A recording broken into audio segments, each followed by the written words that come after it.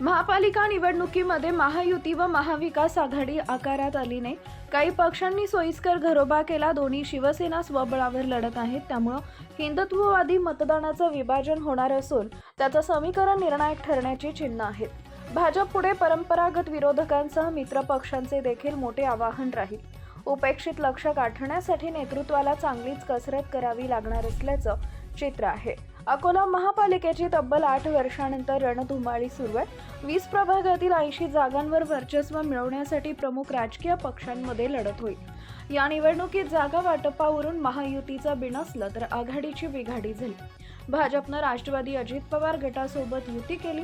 दुसरीकडे काँग्रेस व राष्ट्रवादी शरद पवार गट एकत्र निवडणूक लढवत आहेत।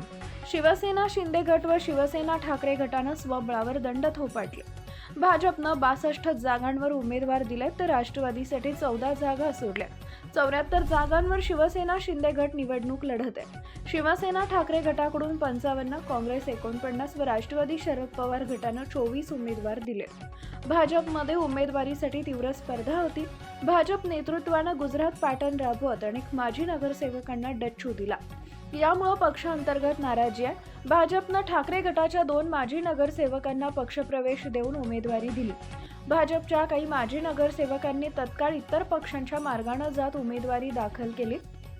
अंतर्गत नाराजी, नवखे उमेदवार व मतविभाजन अशा तिहेरी आव्हानांचा सामना भाजपला करावा लागणार आहे। भाजपातील तिकीट कापलेल्या माजी नगरसेवकांना शिवसेना शिंदे गटाने आधार देत निवडणुकीच्या रिंगणात उतरवले। शिवसेना शिंदे गट स्वबळावर असल्यानं त्यांनी सर्वाधिक उमेदवार दिले।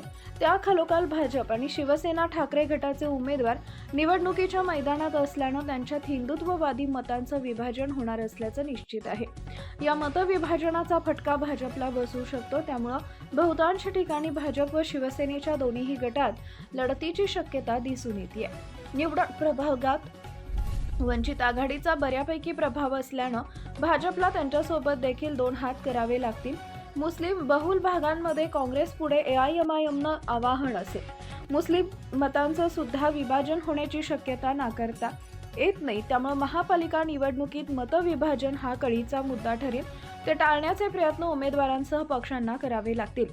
महापालिका निवडणुकीच्या तोंडावर भाजपनं बेरजेचं राजकारण सुरू केलंय।